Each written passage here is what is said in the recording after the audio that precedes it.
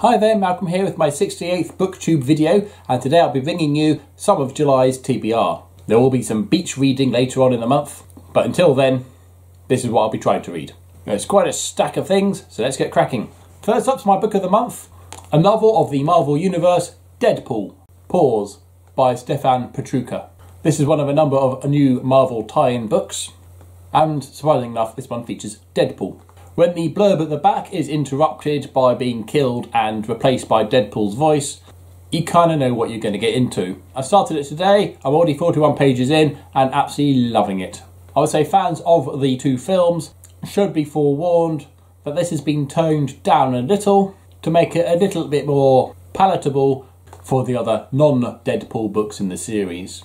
I'm sure there's a plot in here somewhere, but I really don't care, it's Deadpool. And once I finish reading that, I'll then continue with Ink Death by Cornelia Funke, the third book of the Inkworld series. I started it last month. I'm nearly 150 pages in, so I've only got 550 pages to go. There's a bookbinder who, by the very means of reading words aloud from a book, can read characters into reality, or read reality into the book. In the events of the second book, both he and his daughter and his wife all find themselves within the book Inkworld, a fantasy epic written by a man called Fenoglio, who is also read into the book. Unfortunately, the story has taken its own direction and things aren't quite as predictable or as easy as they thought it might have been.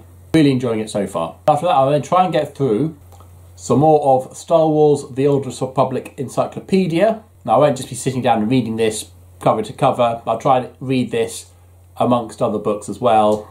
A page here, a page there. But I want to finish Ink Death first before I start. I've had this on the go for a while now and I really want to finish it. But it's all about the MMORPG, a game I've never played, but it's Star Warsy, so I'm up for it. So at the same time of reading this, but after I finish reading Ink Death, I'll then move on to Strata by Terry Pratchett.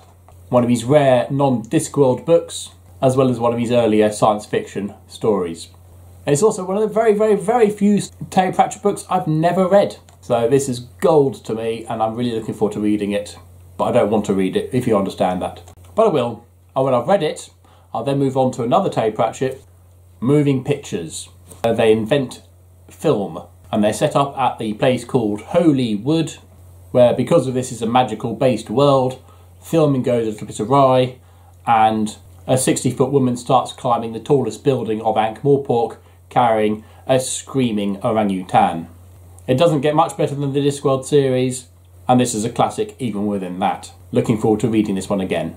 And interspersed between reading all those, I also want to read some graphic novels. Online, I'm still trying to get through some of the Republic titles I've not got. I've started Emissaries to Malastare.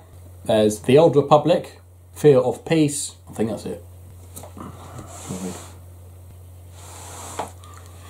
But I've also got some physical stuff as well. The fourth and final book of the Star Wars series, A Shattered Peace. I've read the two main story arcs, but the graphic novel also contains the free comic book of the year, The Art of the Bad Deal, which I don't have, but I found it online and I just need to sit down and read it. It's only about 10 pages long, so that should be very doable. I had a great windfall at the local comic book shop, where the owner received a large shipment of old comic books and is selling them all dead cheap. I did go a bit nuts. Here are just four of them. Crimson Empire books 1 and 2, Boba Fett Enemy of the Empire, and an old box tree, Boba Fett Bounty on Barkuda, which also features the little droid's special comic at the back.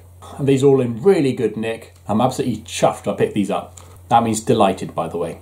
While boiling the kettle in the kitchen, I'm still working my way through The Walking Dead Rise of the Governor, down to the last 50 pages now, about the life and times of the Governor before Woodbury, where he's trying to survive with him, his brother, his friend, and his still alive daughter. You witness the events that he goes through to turn him from being a reasonably okay guy to the Governor. I also read to other people in the house. To my youngest, I'm reading book 2 of the Edge Chronicles, the Twig Sequence, Storm Chaser, by Paul Stewart, illustrated by Chris Riddle. And in this one, Twig joins his father on a voyage to go and collect some Stormthrax, which is solid lightning, a heavy substance used to stop a floating rock with a city on it from floating away. Full of Chris Riddle's zany artwork, my youngest is really enjoying this. I am too. To my oldest, I'm continuing with the Willard Price Adventure series. This one's African Adventure, where the boys join their father in Africa with a view to collect some more animals.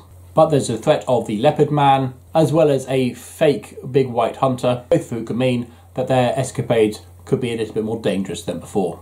What I like about these stories is the bad guys are very clearly the bad guys, there's no surprises there, but it's the naturalistic view of the world which taught me almost everything I knew about the natural world back then, and about how the world was back then as well, with attitudes and behaviours. When I've got time to read 2 individual stories, I'm reading Terry Pratchett's The Hatful of Sky.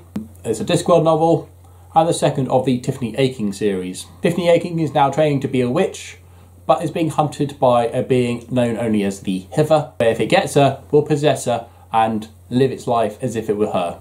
Thankfully, there are these wee blue men, the Knack-Mack Feagle, who will do their best to see that she will remain safe. My boys absolutely love this. They fall about the floor laughing at the little tiny pixies' escapades, and it's a joy to read aloud. And finally, tonight I shall start reading Skullduggery Pleasant Book 6, Deathbringer, by Derek Landy, to my wife. The foreshadowing of the previous books about the Deathbringer is going to finally come true. Apart from that, I can't tell you much more, because A, I don't know, and B, I don't want to spoil anything. Fantastic series, great fun, highly recommend it. And that's all before I go to the beach. I don't know how far I'll get through that, but I'll do my best. Hope you enjoyed that.